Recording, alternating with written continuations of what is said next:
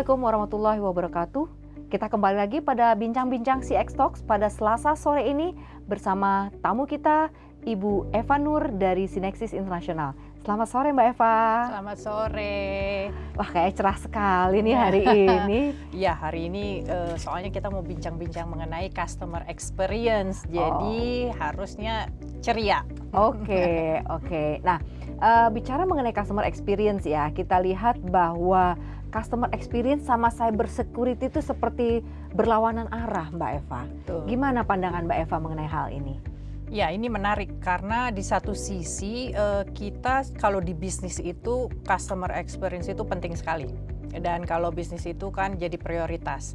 Nah, kalau di security kadang-kadang banyak hal yang kita harus potong gitu karena ada beberapa hal yang kita pikir ini akan jadi celah keamanan gitu ya. Nah, akan tetapi kalau melihat digital transformasi seharusnya sih security bukan jadi penghalang untuk customer experience. Jadi seharusnya security itu jadi tambahan value dari customer experience begitu. Oke, jadi selain menambah value tentunya juga bagaimana memastikan bahwa cyber security itu juga membuat nyaman tentunya bagi pelanggan gitu ya Mbak Eva ya. Betul, nah, ya. Sekarang gini, padahal kan kalau kita pengen ya perusahaan itu pengennya seaman mungkin. Sementara perusahaan juga pengennya customer experience sebaik mungkin. Kalau perusahaan itu semakin aman, tentunya prosedurnya makin ribet ya Mbak ya.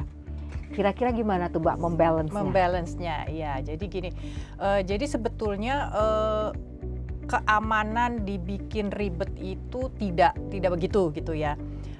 Kenapa sampai banyak kejadian bilang, oh ya kalau kita masukin keamanan security-nya yang strict akan performance dari user experience-nya akan lebih panjang atau lebih sulit gitu ya. Nah, sebenarnya di sini salah gitu ya kalau ketika kita mendesain satu aplikasi, mendesain satu service, itu security-nya itu sudah dari awal gitu ya. Jadi kalau selama ini kan banyak sekali orang bikin aplikasi tapi aplikasinya itu sudah dibikin baru dia kepikiran, oh iya harus ada security-nya nih gitu. Nah, bagusnya itu security itu kita dari desain tuh memang sejak awal sudah ada gitu. Jadi prosesnya tuh sudah memikirkan trust di awal gitu, bukan di akhir gitu. Kenapa seperti ini? Karena ketika kita berpikir di keamanan informasi atau trust di depan, itu mau tidak mau proses semua dalam membangun journey-nya customer itu akan memikirkan keamanan gitu. Jadi yang namanya secure customer journey akan tercapai. Oke. Jadi itu dimulai dari security dari sisi desain, secure coding. Betul. Gitu ya. Kemudian juga sampai end to end dari implementasi untuk mengamankan data privacy dari pelanggan ya. Betul, gitu ya. Nah, sekarang berangkat ke security data pengamanan data pribadi nih Mbak Eva gitu ya. Di era digital seperti sekarang gini ya. Bagaimana sih kira-kira perusahaan bisa mengamankan data privacy, namun juga bisa memastikan bahwa pengalaman pelanggan itu yang di-deliver juga pasti excellent gitu ya. Nah, tadi kan di awal dibilang juga kan bahwa kalau sudah berpikir security pasti berbanding terbalik dengan kenyamanan. Betul. Gitu ya.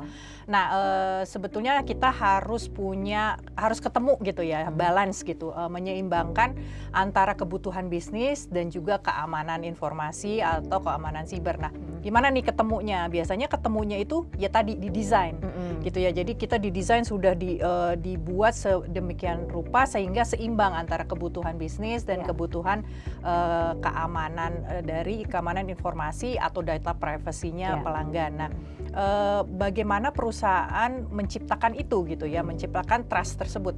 Nah, untuk menciptakan itu biasanya perusahaan tuh punya banyak program gitu yang dinamakan data protection.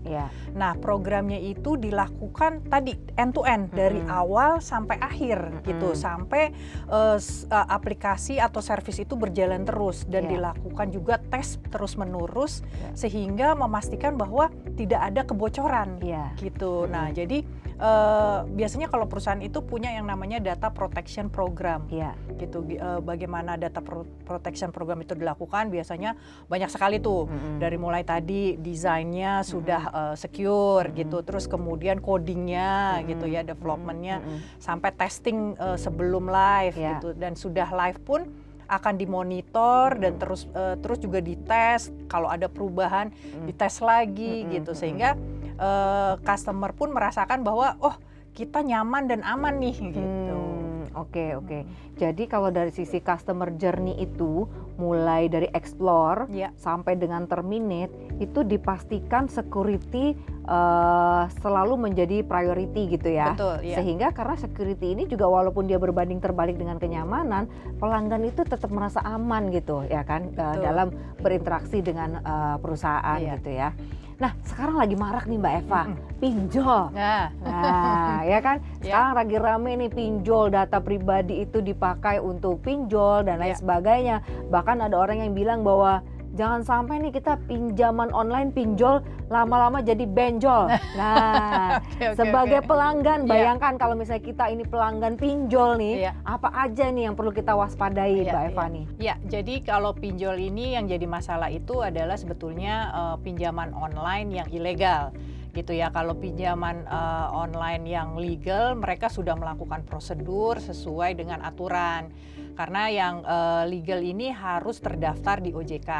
Nah, yang ilegal ini yang jadi masalah. Kenapa? Karena ketika mereka biasanya mau ambil nasabah nih, nasabah ini mereka minta nasabah untuk download aplikasi. Nah, ketika download aplikasi ini, nasabah tidak tahu kalau datanya itu diambil gitu. Ini yang jadi masalah. Nah, praktek seperti ini tidak diperbolehkan oleh OJK gitu ya. Jadi kalau yang pinjaman online legal itu tidak melakukan itu.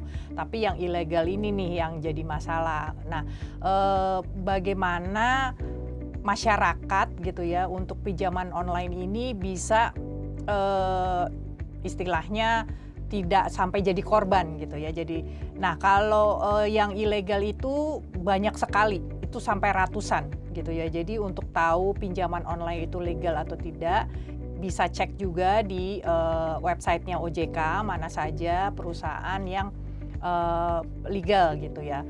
Nah, kalau sudah tahu perusahaan tersebut legal, pastikan bahwa data-data yang diminta oleh mereka itu memang sesuai dengan aturan gitu. Jangan kalau kita diminta data-data yang di luar dari aturan kita kasih gitu. Jadi masyarakat juga harus aware juga bahwa yang namanya data pribadi itu adalah kewajiban kita untuk tidak share ke berbagai macam pihak gitu ya, untuk kita istilahnya jaga gitu. Nah, kalau sampai data kita bisa ke pihak yang lain, itu yang jadi masalah.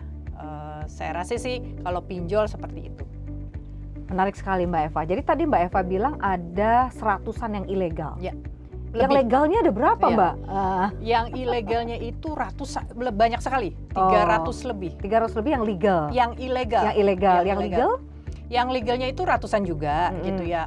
Nah ini sebetulnya begini, pinjaman online itu penting sekali. Pinjaman online itu kenapa banyak masyarakat yang menggunakan jasa pinjaman online ini, karena memang mudah diakses gitu ya, mudah diakses. Terus kemudian juga kalau pinjam ke bank kan aturannya harus punya jaminan dan lain-lain gitu ya. Nah kalau pinjaman online ini mereka lebih sedikit untuk urusan istilahnya administrasinya lebih singkat, lebih cepat gitu ya. Jadi untuk masyarakat yang butuh dana cepat tuh biasanya memang rata-rata ke pinjaman online ini gitu ya. Nah, dilihat dari banyaknya masyarakat yang menggunakan, tentunya kan banyak gunanya juga gitu. Nah, sebetulnya dengan ratusan adanya pinjaman online legal ini kurang untuk masyarakat Indonesia yang banyak sekali gitu. Karena apa? Karena UKM kita pun dari datanya itu UKM kita tuh banyak yang menggunakan pinjaman online gitu. Jadi bukan hanya masyarakat yang hanya untuk konsumtif saja gitu ya, tapi UMKM juga banyak yang menggunakan fasilitas pinjaman online istilahnya hanya untuk crash emergency gitu ya. Jadi mereka menggunakan service itu untuk itu. Oke. Jadi bisa dibilang dengan banyaknya pengguna pinjol itu sebenarnya pinjol mungkin CX-nya bagus kali ya? Bisa sampai banyak gitu ya. Bisa sampai banyak gitu. Betul. Jadi kalau kita ngomongin CX kan ya kebutuhan, yang saat pasti ada kebutuhan gitu ya. Apalagi pandemi seperti sekarang ini, tentunya kebutuhan masyarakat untuk akses ke uang gitu kan, tentunya kebutuhannya juga lebih banyak gitu ya. Nah, sementara bank itu tadi aturannya panjang, prosedurnya banyak, administrasinya juga banyak. Nah, kalau diomongin berarti pinjol customer experience-nya, ya itu customer experience-nya dia bisa memberikan pinjaman cepat gitu. Kalau dilihat dari sisi customer experience, kelebihannya itu mereka bisa dengan requirement yang lebih sedikit bisa memberi pinjaman lebih cepat gitu. Seandainya experience itu bisa diadopt oleh bank-bank besar, tentunya kan manfaatnya lebih besar. Iya, artinya bahwa bank-bank itu perlu memperbaiki customer experience-nya agar bisa lebih mudah diakses oleh UKM, sehingga dia tidak secara jangka panjang itu tidak membuat UKM itu kesulitan gitu ya kan. Jadi kalau bank bisa mengimprove itu, tentunya pinjol-pinjol itu juga nggak akan pinjaman online yang ilegal itu punya tempat gitu ya kan. Nah, menarik sekali ya kalau kita bahas mengenai terkait dengan pinjol ini gitu, karena kan sulit buat masyarakat untuk mendapatkan akses mana pinjol legal dan ilegal. Banyak yang nggak tahu gitu ya, mana yang ilegal mana yang legal gitu kan. Nah, kira-kira menurut Mbak nih sebagai masyarakat nih, selain satu ngecek bahwa pinjolnya itu legal atau ilegal, dua memastikan data-data data-data yang diberikan itu adalah data-data yang wajar gitu ya kan. Nah, bagaimana nih Mbak menilai mana data yang wajar sama data yang nggak wajar yang diminta? Biasanya, nah ini juga tadi kalau kita ngomongin customer experience, tadi dari awal kita harus berpikir keamanan gitu ya. Nah, ketika satu aplikasi atau institusi membuat satu desain service gitu ya, mereka bilang oke, kita mau setiap nasabah harus memberi data ini gitu. Nah, sebetulnya dari situ pun kita harus pastikan bahwa apakah data itu penting gitu ya. Sebagai contoh begini deh, saya punya orang tua yang umurnya sudah hampir 80 tahun gitu ya. Hampir 80 tahun, terus kemudian bank punya yang namanya m-banking gitu ya. Nah, tapi karena orang tua saya sudah umurnya mau 80 tahun, mereka tidak kasih internet banking, hanya mobile banking. Untuk orang tua yang umurnya seperti itu, mengoperasikan m-banking itu bukan hal yang mudah gitu ya. Nah, itu dari situ aja kita sudah lihat bahwa ketika kita mendesain satu jasa gitu ya, satu produk, kita hanya memikirkan satu elemen saja gitu. Elemennya misalnya anak muda yang memang tech savvy gitu ya, terus atau milenial yang memang mengerti cara mengoperasikan gadget gitu. Tapi bagaimana anak-anak, bagaimana orang tua gitu ya. Nah, ini juga PR juga untuk perusahaan-perusahaan yang punya produk atau bikin produk, harus dipikirkan nih, apakah kita kayak sekarang ini kan kalau kita mau buka aplikasi atau apa, kita disuruh foto sama KTP gitu. Apa itu penting gitu ya? Sebetulnya kalau di luar negeri nggak ada itu orang pakai KTP selfie gitu ya. Itu nggak ada gitu. Kenapa itu terjadi? Nah, ini ketika mendesain satu produk, mereka mungkin akan berpikir gini, oh kalau kita punya KTP-nya terus kemudian orangnya selfie, itu lebih aman gitu. Nah, ketika menghitung keamanannya itu, mereka berpikir bahwa dengan selfie itu aman gitu ya. Nah, ini yang salahnya dari situ, dari awalnya begitu desain dipikirkan, oh menurut mereka aman adalah seperti itu. Gitu. Padahal aman itu elemennya bisa banyak menghitungnya gitu. Nah, bagaimana supaya orang tidak jadi korban dipinjol selain tadi lihat di website OJK dan lain-lain, kita juga harus encourage juga perusahaan sih, supaya perusahaan itu dalam membuat ya tadi customer experience atau customer journey-nya lebih aman gitu. Ya, oke. Nah itu jadi berarti penting banget dong ya Mbak ya, customer experience itu mulai dari UKM, pinjol, bank gitu ya kan. Sangat penting memperhatikan mengenai customer experience gitu ya kan. Nah sekarang kita masuk ke pertanyaan ini Mbak. Tanggal 9 bulan 9 jam 9 2021 yang lalu baru dibentuk nih ICXP gitu ya kan. Dan Mbak Eva Nur sebagai ketua dewan pengawas gitu ya kan. Boleh dong saya pengen tahu nih Mbak bisa cerita nggak sih ke para pendengar CX Talks kita sore ini, kenapa sih Mbak berminat untuk ikut mendirikan ICXP ini? Ya. Jadi nih buat yang dengerin, ICXP ini adalah wadah yang bagus sekali gitu ya, dimana selain pendirinya juga hebat-hebat gitu ya. Ada Bu Fitri, ada Bu Cut, ada Mas Rudi, Mas Ahmad gitu ya.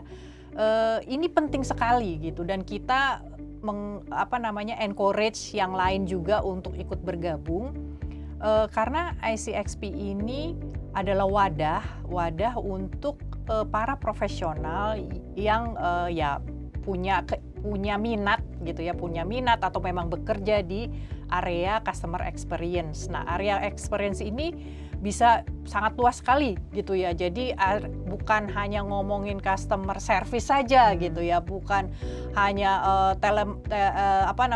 telemarketing saja gitu. Jadi luas sekali. Nah, kenapa ada ini? Karena Indonesia ini negara kita tuh besar sekali. Dan kita punya potensi ekonomi yang sangat besar dan bagus sekali. Untuk kita bisa sampai maju, disebut negara maju gitu ya, dan dipandang oleh negara lain bahwa wah, Indonesia ini oke banget nih, keren gitu.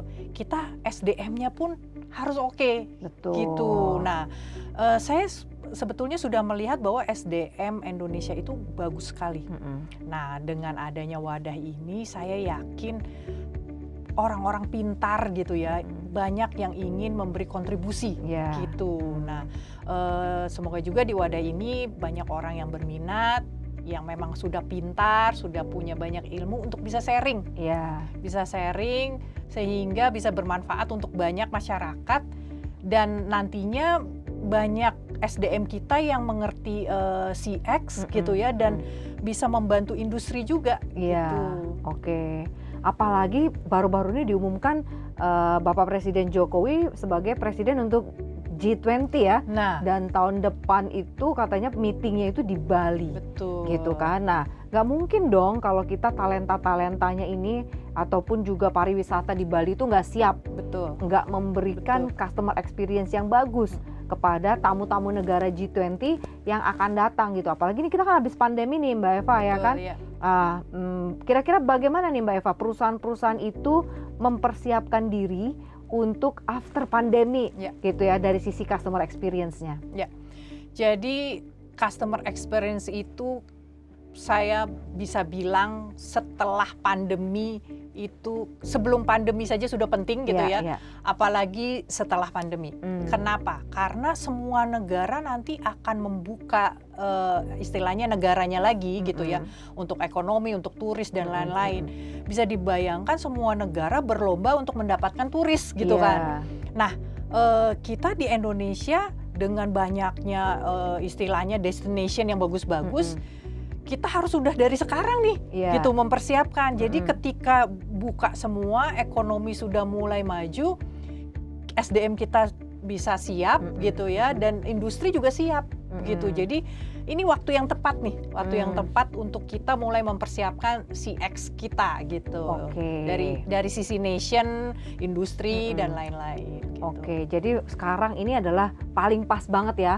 Mumpung masih banyak kegiatan-kegiatan training online yang free, yang gratis, yang bisa diikuti oleh para pelaku dari segmen hospitality, pariwisata, perhotelan gitu ya, untuk bisa bersiap diri sehingga ketika turis itu baik turis lokal maupun mancanegara datang itu mereka sudah siap gitu. Betul, ya kan. iya. Nah, dari sisi kesiapan talenta Indonesia untuk customer experience, gimana pandangannya Mbak Eva? Udah siap atau kira-kira dari skala 0 sampai 100 gimana nih kesiapannya Mbak Eva?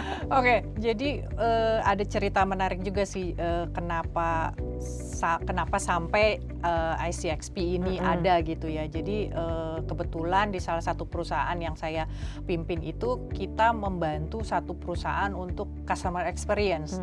Di situ saya baru sadar bahwa kita itu sedikit expert kita mengenai itu gitu ya. Jadi kita banyak yang ambil dari luar gitu. Tidak ada salahnya juga memang ambil expert dari luar gitu ya. Selama bisa ada knowledge transfer gitu ya. Nah, yang jadi masalah kita tidak punya banyak orang yang bisa istilahnya membangun ini gitu ya. Nah, disinilah saya melihat wah ini urgent sekali gitu. Nah kalau ditanya dari skala 1 sampai 10 kita seperti apa, kita tuh masih 4. Aduh, Masih 4. masih jauh. Masih jauh. Nah kenapa gitu ya? Karena kita hanya berpikir pada hari ini saja. Jadi industri itu selalu berpikir oh kita hanya butuh customer experience di sini misalnya gitu ya. Di poin 2 saja misalnya. Padahal orang-orang sudah berlomba di poin 8, 9 gitu, bahkan 10 gitu. Nah, ini butuh loncatan yang tinggi sekali nih, yang jauh sekali. Nah, untuk itu ICXP makanya akan banyak sekali training gitu ya, akan banyak sekali training, banyak sekali workshop, awareness program gitu ya, yang memang supaya kita bisa loncat ini gitu, supaya ketika nanti Indonesia sudah buka, terus kemudian ekonomi sudah jalan dengan baik, kita siap punya banyak talent. Oke. Jadi selain training, tadi awareness, sertifikasi ada nggak Mbak? Oh ada dong, ada. Nah sertifikasi ini kita akan bekerja sama tentunya dengan berbagai institusi, dan sertifikasi ini jangan takut karena standarnya juga internasional. Jadi kalau di sertifikasi untuk internasional itu mahal, di ICXP itu kita mencoba untuk agar banyak kuantitinya orang yang bisa akses ke training ini, kita akan buat supaya bisa terjangkau gitu, dan ininya standarnya internasional dan tersertifikasi. Gitu. Luar biasa.